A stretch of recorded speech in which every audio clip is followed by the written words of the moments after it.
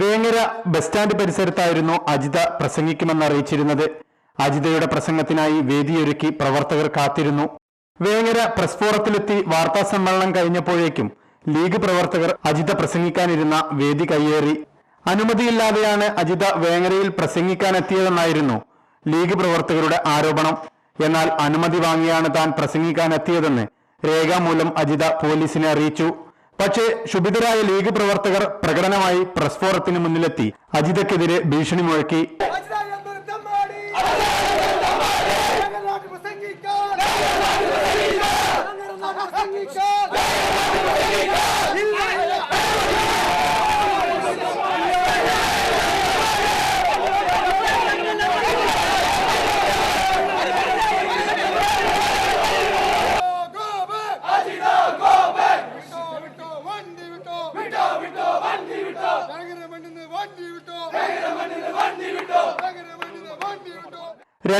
ിൽ കുറ്റിപ്പുറത്തും അജിതയ്ക്ക് നേരെ ലീഗ് പ്രവർത്തകർ അക്രമം അയച്ചുവിട്ടിരുന്നു.